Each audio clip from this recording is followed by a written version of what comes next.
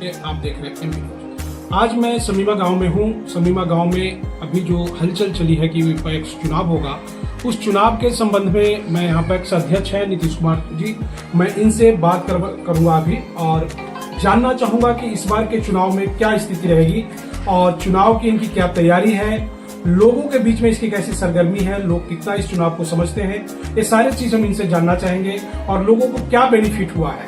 नीतीश जी, स्वागत है आपको हमारे चैनल में। आपको भी। तो इस बार जो चुनाव होने की संभावना है नवंबर बताई जा रही है, तो अभी से आपकी क्या तैयारी चल रही है चुनाव को लेकर? तैयारी हम लोग को जो करना है जो तो कर रहे हैं और बाकी तो नॉमिनेशन होगा, उसके बाद देखा जाएगा जो कौन कौन क्या कर रहे हैं नहीं कर रहे हैं और बाकी तो जनता इसका जवाब देगी। जनता हम लोग जितना मेहनत करते हैं उसका तो जनता ही भगवान है, जनता ही मालिक है। हम लोग के तो जनता ही चुनाव जिताती है, अपना जो कर्म है हम करते हैं। अच्छा, यह जो चुनाव होता है बड़े पैमाने पे नहीं होता है, लोगों को इसकी बहुत कम जानकारी होती है क्योंकि इसमें सीमित वोटर भी होते हैं। तो किस तरह से मतलब वोटर को कन्विंस करना में क्या कोई परेशानी होती है या वोटर जागरूक होते हैं इसमें? नहीं, जैसे ये बात तो सही है, लेकिन हम लोग 2014 में जब चुनाव फर्स्ट बार लड़ रहे थे तो उस टाइम में मात्र हमारे पैक्स में 628 ही सदस्य थे पैक्स का। लेकिन हमने जब 2019 में जब चुनाव हुआ तो 650 सदस्य का नाम जोड़े पैक्स में, जो इच्छुक सदस्य थे सबका नाम जोड़ दिए। उसके बाद 2024 में भी 250 भी नाम फिर से जुड़े हैं। जो सदस्य है उनको सबको नाम हम जो इच्छुक है जोड़ाने के लिए आती है उनको हम सबको जोड़ते हैं। और बात रह जाता है जो हम लोग काम के आधार पर ही जाते हैं फील्ड में और मेंबर के साथ हम लोग का जो ऐसा व्यवहार है जो हम लोग के ज्यादा कुछ मेहनत करने का जरूरत ही नहीं है। तो इस बार के चुनाव में आपके यहाँ से कितने वोटर हैं? 1521।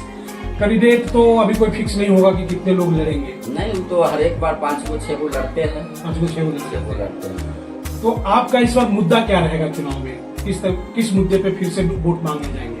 मुद्दा क्या, हम लोग को जो काम पैक्स में मिलता है उस काम के हिसाब से हम लोग वही मुद्दा है, काम जो करते हैं पैक्स में वही, मतलब जो आगे काम किए हैं उसी के बिना पे और जो बनेगा फिर से चुनाव होता है, फिर जो जितना सेवा होगा जो करना होगा पैक्स में हम करेंगे।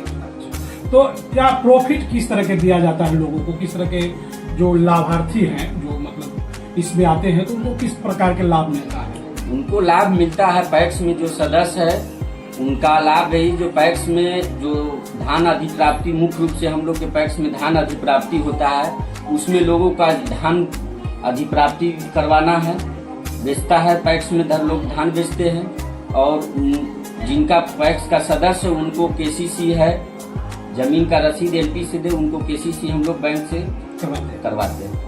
अब मान लिया जो धान बेच रहे हैं तो खुले मार्केट में बेचने में फायदा है उनको कि आपको देने में फायदा है? नहीं, खुले मार्केट में लगभग 300-400 रुपये के डिफरेंस क्विंटल पर रहता है। अगर पैक्स में बेचते हो तो 300 से 400 प्रत्येक क्विंटल पर उन किसानों लोगों का फायदा होता है और उससे 300-400 जो सरकारी रेट है उससे 300-400 रुपये की प्रति क्विंटल मार्केट में कम रहता है। अच्छा, तो पैसा का समस्या होता है कि पैसा उसा लेट सेट आता है, ऐसा भी कुछ होता है? नहीं, ऐसा कुछ बात नहीं होता है। कुछ किसानों को डर रहता है कि भाई नहीं, आज तक कोई 2014 से हम है, आज तक कोई किसान बता दे जो मेरा आज तक पैसा पैक्स में फंसा है, चाहे कभी लेट हुआ है तो पैसा टाइम पर मिल जाता है पैसा।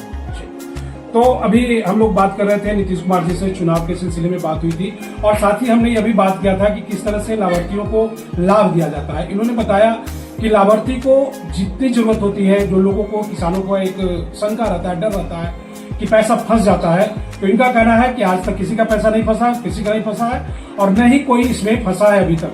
तो जिनको भी इस तरह से लाभ उठाना है, जो सदस्य है वो जुड़े और वोट करे और अगले बार